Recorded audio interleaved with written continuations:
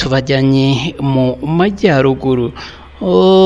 Umuyobozi w'iyi ntara y'amajyaruguru ni bwana Guverineri Gatabazi yavuze ko hari umuyobozi w'akarere wamunaniye ufite ingeso mbi yo kutitaba telefone.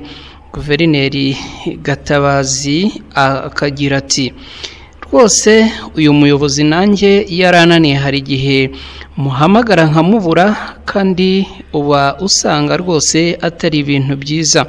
Yanenze bamwe mu bayobozi banga gutanga amakuru, rimwe na rimwe bakanga kwitaba telefone, aho avuga ko ari ingeso yo kusoka. Ni ibintu yagiye anenga, aho yavuze ko kutitaba telefone ari umuco udindiza iterambere n'imibereho myiza. Ni ibintu Guverineri Gatabazi aherutse gutangaza mu kiganiro n'abanyamakuru, aho yagiye asubiza bimwe yabazwaga n'abanyamakuru, ariko haza kugarukwa ku kibazo cy'abayobozi batitaba telefone rwose muri iyi ntara. Guverineri Gatabazi agasubiza iki kibazo agira ati kutitaba telefone kw'abayobozi akenshi biba bishingiye ku bibazo baba bafite binyuranyije, bifite aho bihuriye n'imikorere mibi yabo. Niba umuntu atitaba telefone, buriya aba afite ikintu kitari cyiza kandi kitagenda muri we. Yavuze ko we ubwe atajya ava ku murongo n'iyo ngo ari mu kazi kamuhugije. Iyo ahugutse areba abantu bamuhamagaye akagenda abavugisha kugira ngo yumve mu by'ukuri icyo bamushakiraga. Guverineri Gatabazi agira ati ubu ndi hano muri iyi nama, uwampamagaye yambuze kuri telefone, ariko kubera ko iyo telefone ntayo mfite hano, nindamuka mvuye hano ndaza gusubizamo amaso ndebe abagiye bampamagara bakambura, hanyuma mbashake kugira ngo menye icyo banshakiraga.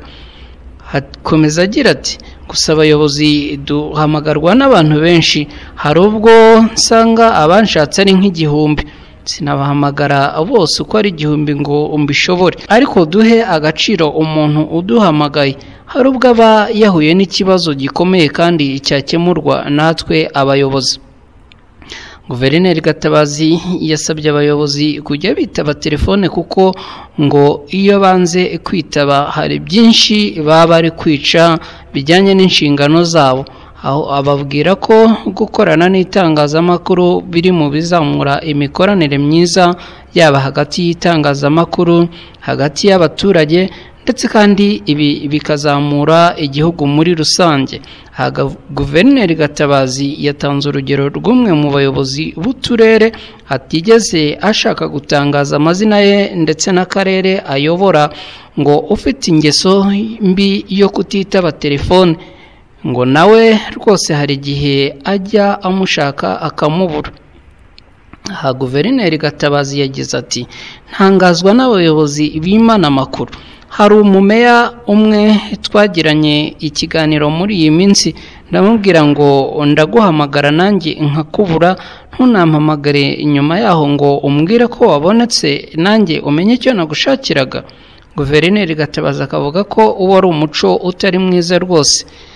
Agira ati bagenzi banjye dufatanye, dukwiriye kujya tureba uko twikosora mu mikorere yacu ya buri munsi. Ibi bizamura iterambere, bizamura igihugu muri rusange. Ariko niba umuntu yanga kwitaba telefone se, ubwo uwo muntu yazagira iterambere ubwe ati?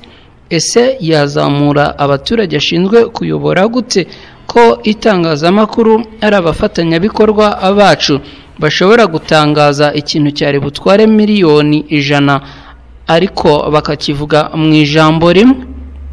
Ni ikiganiro n'abanyamakuru, aho umuyobozi w'intara y'amajyaruguru Guverineri Gatabazi yasabye aba bayobozi ndetse nabo bakamwemerera ko bagiye kwikosora kugira ngo barusheho kuzamura iterambere ry'uturere bayobora n'abaturage bashinzwe kuyobora, ndetse by'umwihariko intara y'amajyaruguru muri rusange.